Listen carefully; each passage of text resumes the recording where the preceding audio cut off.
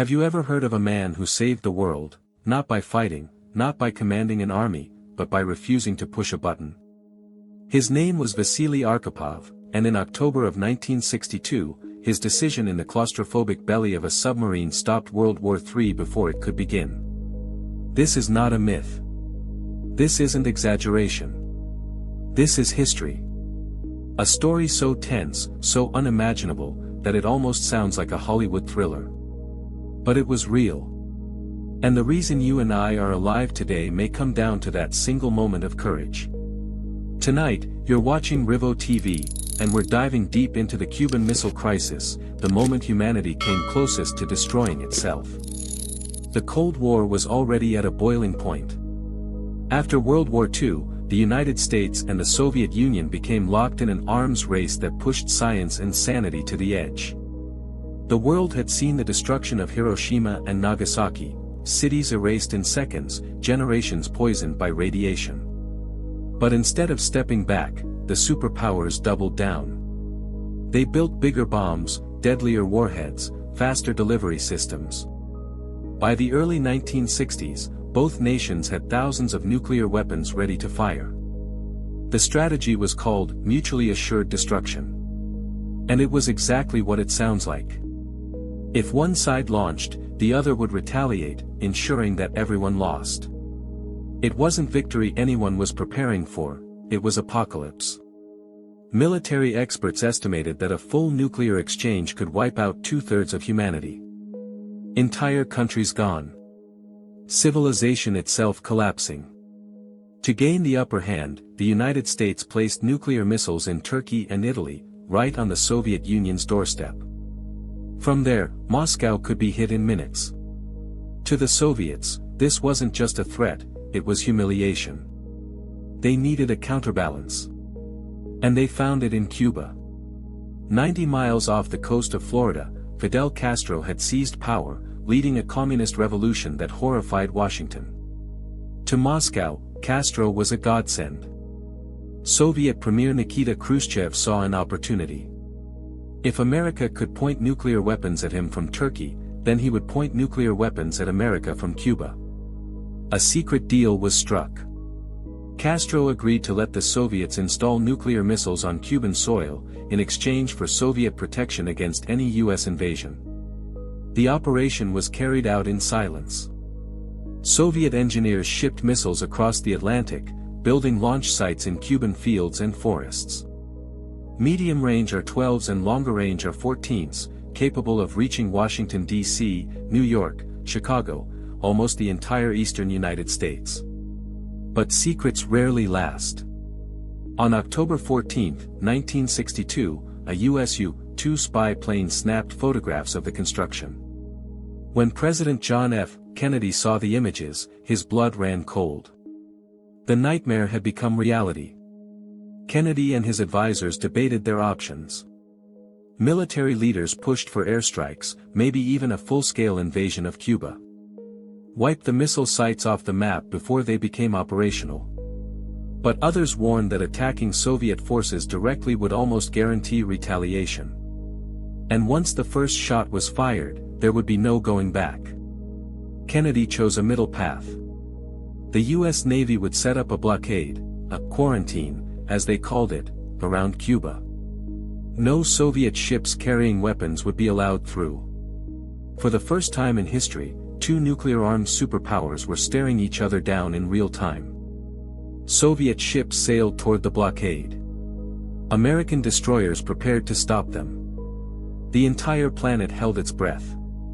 And while all this unfolded above the waves, deep beneath the Caribbean Sea, the fate of the world was being decided inside a single submarine, the Soviet B-59. The B-59 had been ordered to patrol near Cuba, armed with a weapon no one expected, a nuclear torpedo. If fired, it could obliterate an entire carrier group in seconds. The crew had been submerged for days. The temperature inside rose above 100 degrees. Oxygen was running low. Communication with Moscow had been lost. They didn't know if war had begun. Then came the explosions. American destroyers had detected the sub and began dropping depth charges, small explosives meant as signals to force it to surface. But to the men inside the steel coffin, those blasts sounded like war. The captain, Valentin Savitsky, was convinced. He believed nuclear missiles were already flying between Washington and Moscow. He ordered the nuclear torpedo prepared.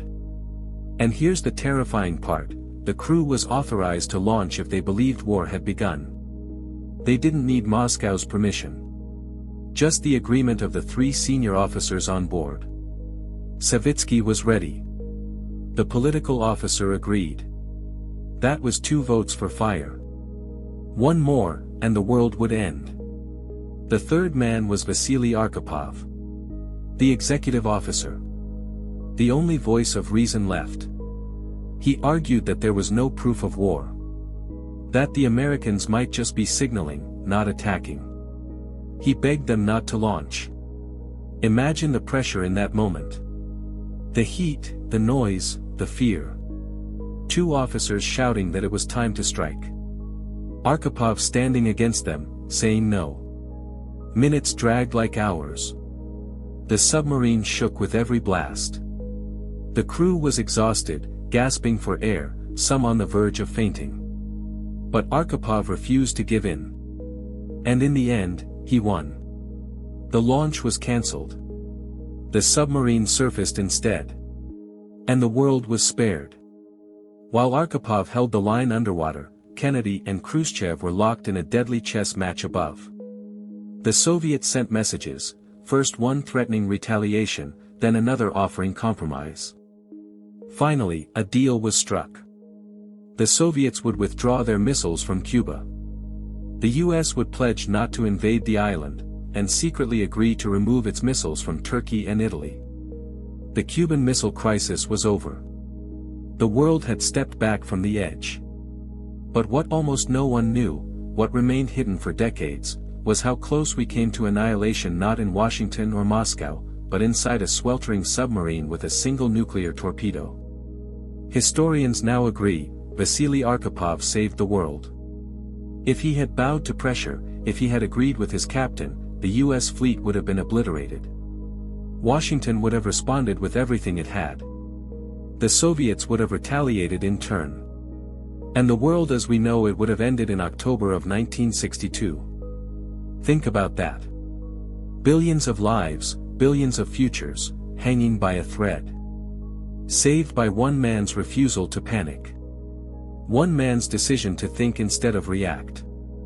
Vasili Arkhipov never sought fame. He lived quietly, his story unknown until years later. But his legacy is enormous. He is living proof that one person can change the course of history. Not with violence. Not with power. But with courage. And that's why, here at Rivo TV, we tell these stories. Because they remind us how fragile our world is, and how important it is to have people willing to stand for reason, even when everything around them screams chaos. So the next time you feel powerless, remember this, the man who saved the world did it without weapons, without armies.